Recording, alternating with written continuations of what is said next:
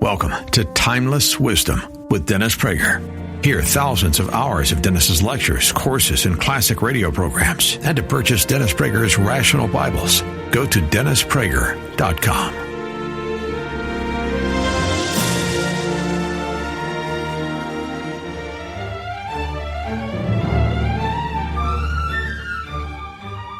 To be or not to be? That is the question. Where was God? Isn't God supposed to be good? Isn't he supposed to love us? And does God want us to suffer? 10 years, you're not finished yet? Marty! Why did you do this to me? Who are you? Bruce, I'm God. Bingo! Yahtzee! Is that your final answer? Our survey says God! Bing, bing, bing, bing, bing, bing, bing, bing. Well, it was nice to meet you, God. Thank you for the Grand Canyon, and good luck with the apocalypse. And welcome to the Dennis Prager Show, the Ultimate Issues Hour. Every week at this time, I devote the hour to some great ultimate issue. I am very lucky. First, I'm lucky to have the guest that we have, but what I was thinking of originally is I'm very lucky that at a very early age, I realized that the most important question in life is there a God? Everything flows from that. You talk about ultimate issues, there is ultimate issues, and then there is the ultimate issue. It's the ultimate, including atheists who are honest, acknowledge this. They have concluded there is no God, but that's the ultimate question. If there is no God, then this is all a happenstance. We are as irrelevant to the universe as the pebbles in a canyon. And that's it. And yet, if there is a God, then everything matters. And then there's preciousness to human life, et cetera, et cetera. So this is the ultimate issue, and I can't think of anybody better. There might be people tied with him, but I can't think of anybody better to talk to about this than one of the most prominent rabbis in the United States. In fact, he was named #1 pulpit rabbi in America in Newsweek. And he is David Wolpe. He's the rabbi of Sinai Temple in Los Angeles, teaches modern Jewish religious thought at UCLA. And he is quite well known to those who follow religious thought today. He has a new book out, Why Faith Matters. And you know it passes the Prager test on many grounds, the first one being it's under 200 pages. My theory, Rabbi Wolpe, is if you can't say it in under 200 pages, I mean, look at the creation story, will you? There you go. Yes, I agree with you. Yeah, exactly. You're not allowed to recommend long books. It's not fair to people. It isn't fair. No. That's right, unless they need a doorstopper. Right, exactly. You know, it's true, these new biographies, I mean, they tell you what the man had for lunch, Yes. on April 7th, 1856. I don't care. I agree. So, anyway, you will not find in that book what God had for lunch on April 7th. I just want to put that out there. Excellent. The book, again, is Why Faith Matters. Why did you title it that? Why not Why I Believe in God or something like that? Because I wanted to make both the case for God, along with science and so on, but a lot of it is why faith mattered to me personally through various things that I've gone through, and also why faith matters to society, and not just why I believe in God, but what difference that makes to the world if people do believe in God and if people believe in religion, because I'm not only pro-faith but pro-religion. If you had been asked to write this book 20 years ago, would it have been different? 20 years ago, so I have to do the math in my head. It wouldn't, yes, right, it would have been different. He's a real literalist. How about 30? Well, 30, I would have said there's no God. That's why I said that. Oh, that's okay. exactly why I asked. And 20 years ago, it would have been similar. 30 years ago, it would have been completely different. All right, that's good to know. Okay, Yes. well, really, tell us about that. When I was in high school, what happened was when I was 12 years old, I saw a movie called Night and Fog about the Holocaust, and I tell this story in the book. And that was it for me. It drained the world of all color. I was convinced that God didn't exist. And then I spent my teenage years reading Bertrand Russell, who was a British philosopher and, for my money, still the best atheist writing. I mean, Hitchens and Harris and Dawkins and Dennett, they're good, but Russell, I believe, outdoes them all, both in prose style and in argument.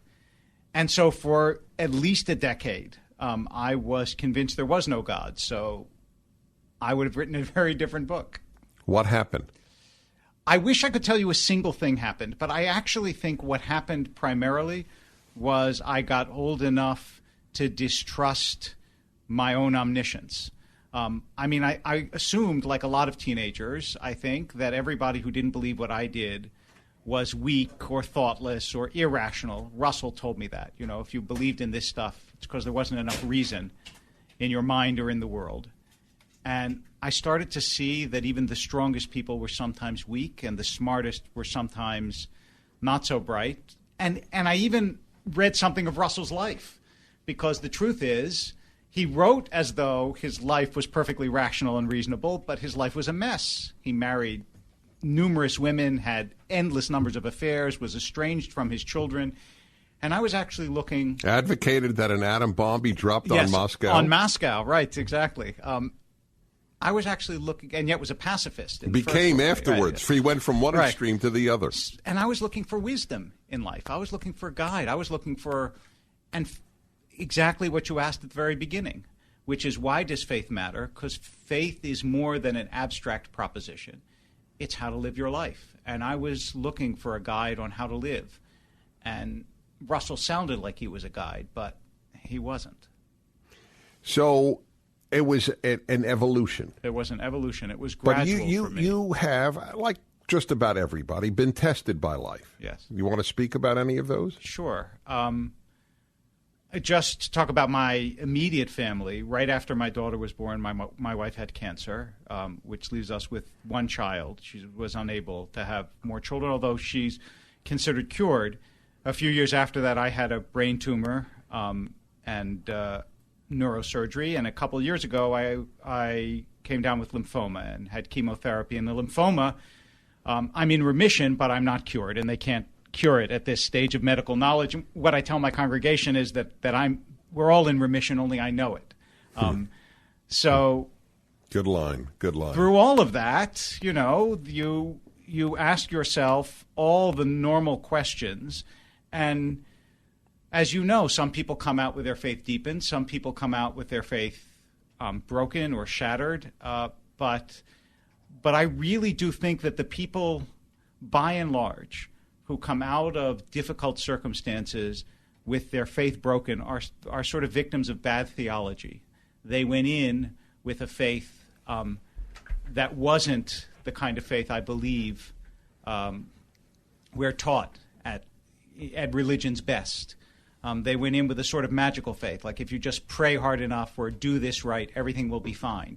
And I don't believe God set up the world that way, and don't believe that faithful people should assume that the world is that way. So that's directly involved with the question of God's intervention in individuals' lives.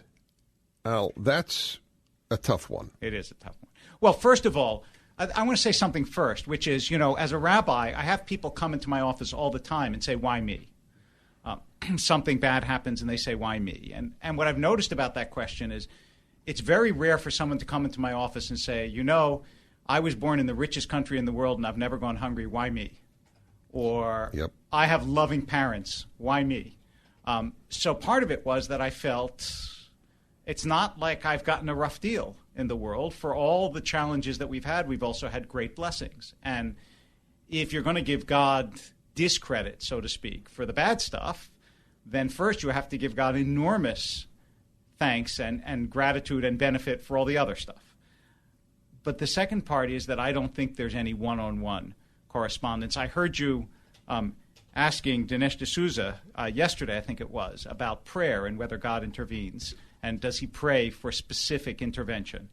And I was thinking at the time of something that a 17th century rabbi said, that if you saw a man pulling his boat to shore, you might think, if you were mistaken about mechanics and motion, that he was really pulling the shore to his boat.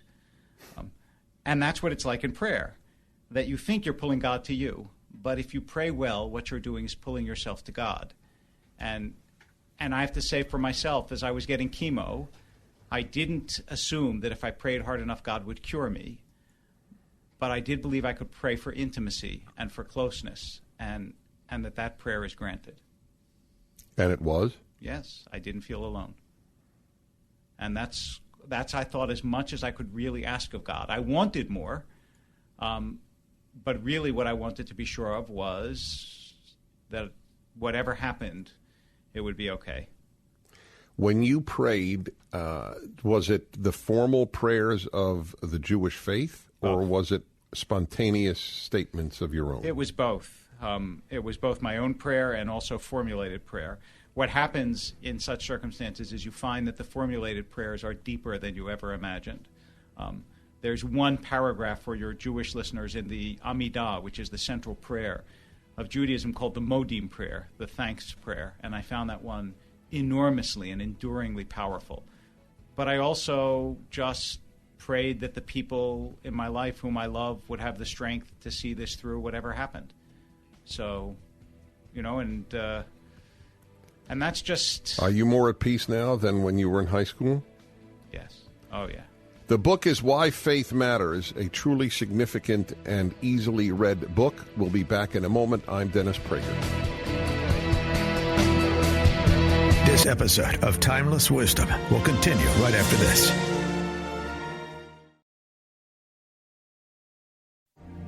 Now, back to more of Dennis Prager's Timeless Wisdom.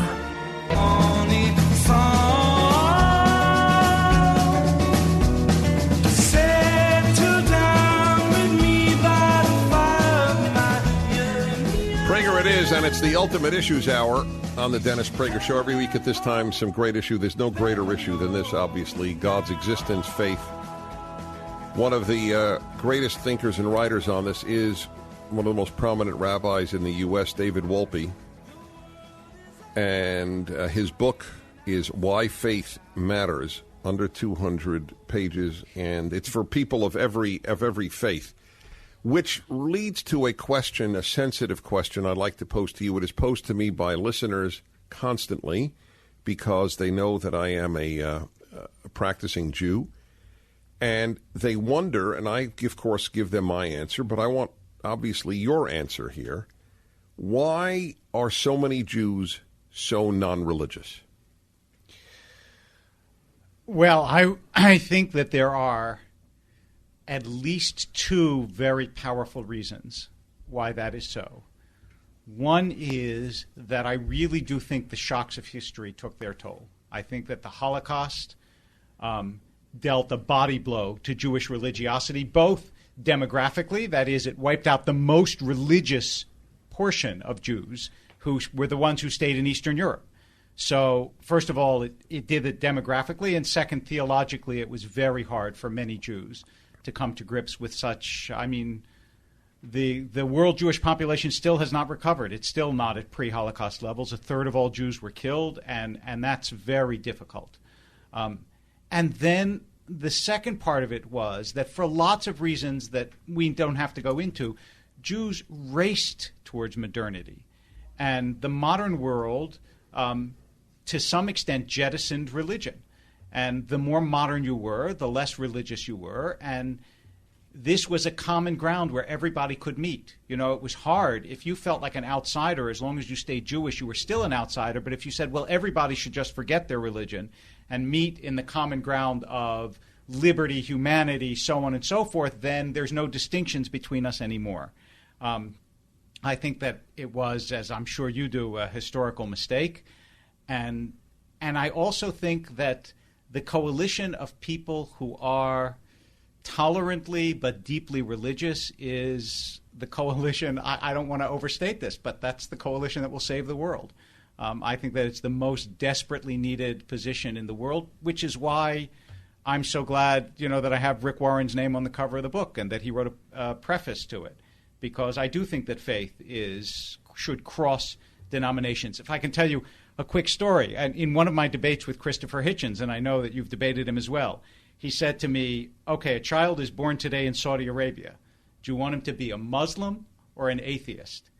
And he was sure that I would say an atheist, but I said I want him to be a Muslim, but I want him to be a tolerant, pluralistic Muslim so that he could influence other Muslims in that country to enact the best of what faith is. And that's where hope lies. That is where hope lies, but his question was a powerful one. Yes. because the odds are that in Saudi Arabia he's not going to grow up to be a tolerant person. Right, but I got to choose, so I mean, Well, you did, but I know. All right. Look, for me to defend Hitchens on religious matters is a rare moment. But I understand what you're saying. I mean, that's also. Do you feel that Christianity has been given a bad rap, given how antagonistic the intellectual class is? And its history. Maybe it's, in other words, one could say, no, it wasn't given a bad rap, but it's terrific today. So I'm not moving you toward any answer. Well, I have a chapter on religion and violence, and I'm going to abbreviate it very much to say, and it's basically a defense of Christianity's historical record. And I say, if you want to know whether religion causes violence, you have to look before the monotheistic faiths and after. And before, I mean Rome, Babylon, Assyria, Greece. The historical record is abominable. It's much more savage than even the Middle Ages. And after, as you know, from the Enlightenment on, the French Revolution, the Enlightenment, World War I, World War II, Nazism, communism, I'm sure for your listeners, I don't have to retail all the horrors that happened. When you drain sanctity from the world, it doesn't make the world better. And so I actually think that Christianity, there are many sins, and this is coming obviously from a Jew. There are many sins in the Christian record. But has Christianity made the world better? I think it is unquestionable that it has made the world better, and that today continues to do so. And I think that it's a shame that isn't better understood, not only among non-Christians, but even among Christians. Well, for that alone, I know many people will want to read this book because there's no Jew can challenge your bona fides as a committed Jew. And, of course, I agree with you, and it is very worrisome to me, very worrisome, the de-religionization of America. Does that worry you? Yeah, it worries me for one reason is the reason that, of course, you speak about, which is the moral component. But also because I actually see, to some extent, the lack of religion as a cutting off from the past. And Cicero said, one who doesn't know the past remains forever a child. And the truth is, this is our past. This is our collective past. And not only is there a lack of belief, there's a lack of knowledge and a lack of interest. And the great religious heritage, that's our reservoir of culture. And it seems to me a shame, not only from a moral point of view, but just from the point of view of the richness of life, to lose everything that brought us to this moment, to sort of kick the ladder out from under us in the assumption that we can still move higher. You and I both live in Los Angeles County, and I led and ultimately failed at the battle to keep the little cross in the county seal of Los Angeles County. And my argument to the Board of Supervisors, the 5-person board, was not religious. It was exactly yours. It was historical. Right.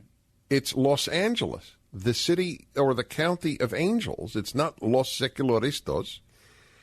If it was founded by Wiccans, I'd expect a broom. Yes. So, you are erasing our history by erasing that cross. And, it's not as though we don't have some sense of what a secular society would be without serious religious commitment. We see it in America. It's called Hollywood. There are enclaves of our society that feel as though classical religion is anathema, that they dislike it and they reject it. And I don't see that it's creating any soaring culture or deep moral imperatives. It's very hard to take a tradition of thousands of years and replace it overnight. Named by Newsweek, the #1 pulpit rabbi in America, his book, Why Faith Matters, Rabbi David Wolpe, WOLPE. It's up at PragerRadio.com. We'll take your calls, and I continue. This episode of Timeless Wisdom will continue right after this.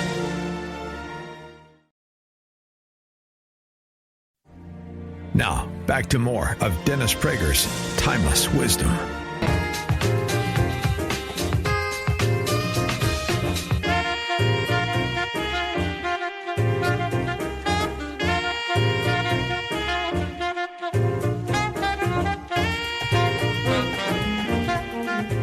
The name of the book is Why Faith Matters, and it's a wonderful thing when it's a Jew who writes such a book, because so often we think it's Christians writing on faith, and so many Jews have been secularized, and I thought the rabbi came up with about as concise and excellent an explanation for that phenomenon as one could have. It's something I think I'll devote an hour to once, trying to... Actually, we had a series of shows explaining Jews, but in any event, that's one worth returning to. The book is Why Faith Matters. David Wolpe, one of the most prominent rabbis in America, WOLP. It's up at PragerRadio.com at the blog area, and of course it's available anywhere you get your books, but it's convenient for you through Prager Radio at the blog area of it. Let me take some of your calls. 1-8-PRAGER-776, which is 877-243-7776.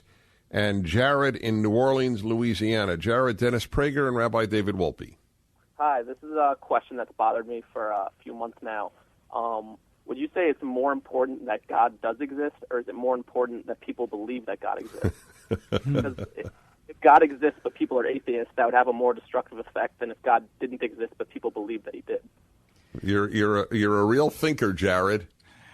All right, so I don't know how Dennis would answer this question, but I'll tell you what I think.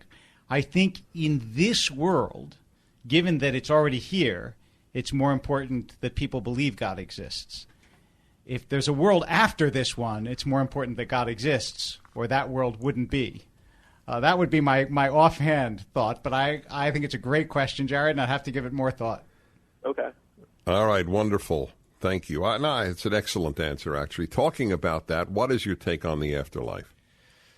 I'm all for it. I think that the afterlife is a sort of assumption that you make if you really do believe in a God of love.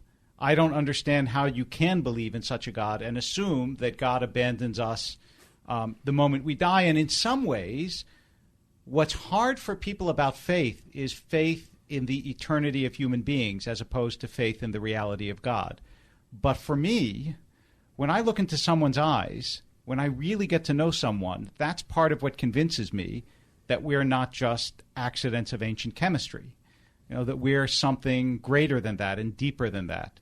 And so I really do believe that we live on, although I have no idea in what way. Part of what makes the afterlife seems silly at times is that people assume they know what it's going to be like, even though they couldn't know this world before they came into it, right? And Mark Twain in Letters from Earth, he says people think they're going to lie on green fields and listen to harp music. They wouldn't want to do it for 5 minutes while they're alive, but they think they're going to be happy for the rest of eternity. Well, he's a genius. The guy, that is so funny. It's true. But so you know what that reminds me, by the way? You will love this as a rabbi. You will totally relate to this. When I was in yeshiva, which is, for my listeners who don't know, an intense religious Jewish education. Half your day is Jewish studies and half the day secular studies. So I was a kid, and I was about actually it was in high school, in fact. And I remember the rabbi, and somebody asked him about the afterlife. And he said, I think it was in Hebrew, and he said to the boys, just want you to know, or actually boys and girls, he said, in the afterlife, we learn Torah all the time. And I remember thinking, I don't want to go there. I don't want to go. And I teach the Torah now, and I love it, but the thought all the time of and I thought of it in particular of studying with him. Yeah, right. That I have him for eternity. Be okay as long as you're not there. If you're there, it reminds me of the harp story, though. That's all. So I send out an email every week of about 200 words, just a very short, sort of inspirational email, and I try to encapsulate, and it's always hard to do. Just the same thing that you're doing. I try to encapsulate answers to significant questions in that. One of the things one of the emails that I sent out that got the most response, and I reproduced it in the book, is this idea of the twins in the womb, which is, imagine that there are twins in a womb, and one believes that there's a world outside the womb and the other doesn't. Because the one who doesn't believe it says, we've never seen another world, never experienced another world. Now imagine that the one who does believe is born. Back in the womb, they're mourning a death. But outside, they're celebrating a birth. Back in a moment, the book, Why Faith Matters.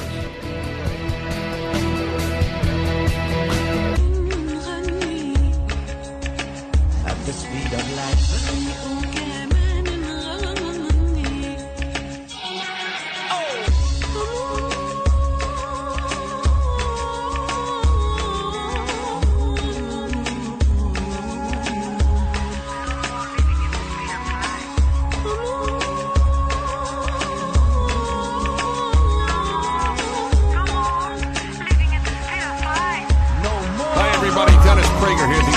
Issues Hour, and I'm very open, as you folks know. Indeed, transparency is a goal of mine, both personally and professionally. And I have to tell you, there are times when I really don't think I deserve a salary, because if hard work is the definition of when you should get paid, sometimes it is such a joy and really easy, especially when you have a guest like Doctor. Are you Doctor, by the way? No. You know what Samson Raphael Hirsch said? When rabbis became doctors, Judaism became sick. Jews got sick, is the way I heard it. Yeah, but yes. Right. But I'm not. That's just a defense that we rabbis use for not being doctors. No. I love you for it. On the contrary, and you're not here with that anyway. But it's a Rabbi David Wolpe, Wolpe, and his book is Why Faith Matters. But talking to him, as Dinesh D'Souza, whom you mentioned earlier, is another example. Certainly, I've always felt. And this is apropos almost of nothing, but when I'm with people like D'Souza or Wolpe, and and certainly others folks that you've heard on my show, there are two types of people in a sense. There are those who love to star, and there are those who love to be on an all-star team. It's just a temperament. I don't say one is better than the other. I much prefer to be a member of an all-star team. That's my temperament. So when I'm with such people, that's how I feel, and it's a great feeling. The book again is Why Faith Matters, and it is of course up at pragerradio.com. And let's take some more of your calls that you might have. You were mentioning, by the way, that people can get an email from you. Is that right? Yes, they can write to rbegin. That's RBEGIN at SinaiTemple.org. rbegin or rbegin at SinaiTemple.org, and I send out 200 words once a week, and you won't get anything else, no ads, just about 200 words once a week, which seems to me about a readable, bite-sized, inspirational email. That's right, and they are inspirational. I see them in various papers. Yeah. All right, again, let me go to some of your calls here. Here's an interesting one. Decatur, Georgia, and Joseph. Hi, Joseph. Dennis Prager and Rabbi Wolpe. From a devout Catholic, shalom from the bottom of my heart. Thank you, sir. God bless you. I'm 73 years old, and I play trumpet in a concert band. And we recently had a piece called Rhapsody for Hanukkah. And there's 4 or 5 Jewish friends of mine, all about our same age, old duffers. And they gave me a yarmulke. So I put it on while I played the solo. And it came out all right. But I'd really like to know from the rabbi, what do you mean came out all right? It should have come out a little better. Well, I'm kidding. I'm recovering from a triple bypass, so it had a little heartache there. Okay, so what's the question? What is the history of the yarmulke? How far back did it go, and is it okay for Christians to wear it? It's a beautiful symbol and a very deep symbol, I believe. Okay, I'll give you a real quick one on this. The truth is that in the Talmud, it's not clear that people wore them, which goes back a couple thousand years. In the Bible, there's no mention of it. But it became a distinctive garb of Jews. In fact, it really is only in very modern times that Jews took to wearing it all the time, which some do. I wear mine as a sort of clerical collar. That is I wear it as a sort of means of identification. People will look at me sometimes and they'll see that I have a yarmulke on my head and they'll say, "Oh, you must be Rabbi Wolpe." But there's nothing against a non-Jew wearing it. And there's nothing, by the way, sacred about the yarmulke itself. It's just a head covering. The idea is the sort of reverse idea of taking your hat off when you come into church. It's just considered a mark of respect before God. And a last point, which I once heard a person in Israel say to me when someone asked him why he wears a yarmulke, he nudged me and he said, "I wear a yarmulke so that I know where I stop," which I thought was a nice idea. That is, it's a mark of humility. Excellent, excellent, and thank you. All right, we have listeners around the world, so we'll go to Norway, and Eric in Fredrikstad, Norway. Hello, Eric. Dennis Prager and Rabbi Wolpe. Hi. Hi, thanks for taking my call. Mm-hmm. I'm sitting here in a country that's arguably one of the most secular in the world, and I'm constantly made aware of I think it's a G.K. Chesterton quote. When people stop believing in God, they don't believe in nothing; they'll believe in anything. Mm-hmm. And right now, they're dealing with a lot of immigrants coming in from largely Muslim countries, and I think that I wanted to get your perspective on this. I think that perhaps a person from a religious background has a greater ability to understand both the benefits and dangers of a strong faith. And right now, the secular Europe, I don't think really understands these things very well, and feels like the U.S. is racing to catch up in that direction. I was wondering if you had any perspective on that or any thoughts. Thank you, Eric. I would say this. First of all, I really do believe that when I wrote this book, I wrote it better because there had been a long period of my life when I didn't believe in God. So that mindset is not alien to me. But if you've grown up either always believing or never believing, it's true that it's hard to sort of vault into the other person's mindset. And I think that the more secular countries, although I must say that even in Sweden and Denmark, the vast majority of people still get married in churches, have their kids baptized. So there's a sort of disconnect between people's professed disbelief and their conduct. But in those countries, what the test of their belief system will be when it comes in contact with another passionate belief system. And I don't know. I share your concern with how Europe is going to do over the next 50 years. As I've put it, it's hard to believe. You can't contend with those who believe in something by believing in nothing. Yeah. We return, final segment with Rabbi Wolpe. This episode of Timeless Wisdom will continue right after this.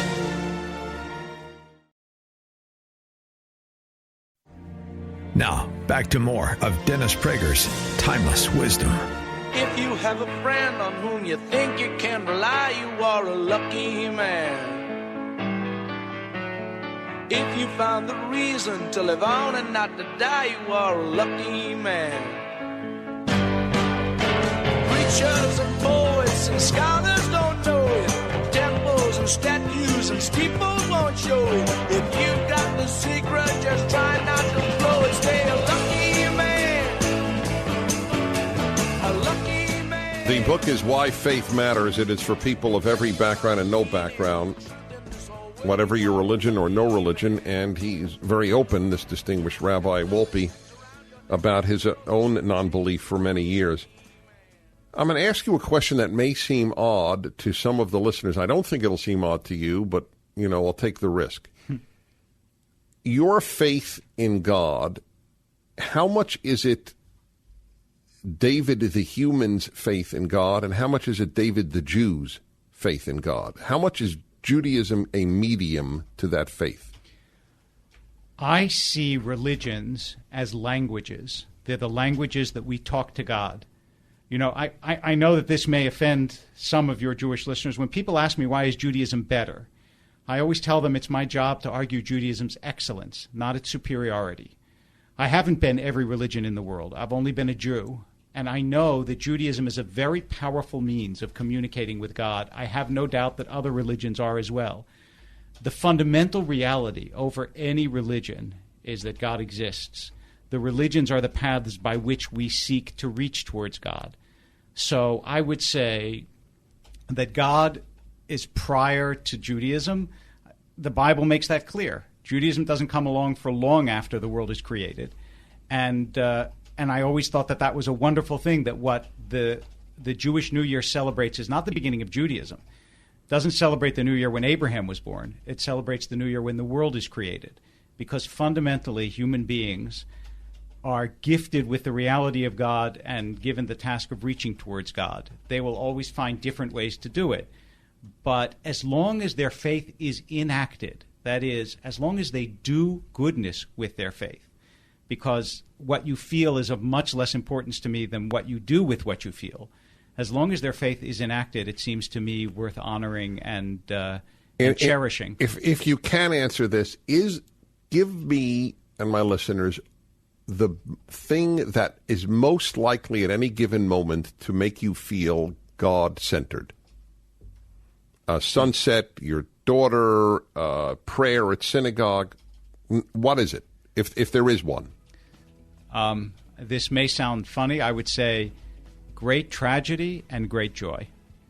In other words, the extremes of life, they break open a part of you at times of great love, and the part that's broken lets God in. Now you know why people are reading Why Faith Matters by Rabbi Wolpe. Rabbi, thank you so much for your time and for your book. Thank you. You're very welcome. And Jim and Katie and Ned and David and Rabbi Dan from Cleveland, Evelyn, I wish I could take your calls. It's always painful, but I hope you enjoyed this Ultimate Issues Hour. I'm Dennis Prager.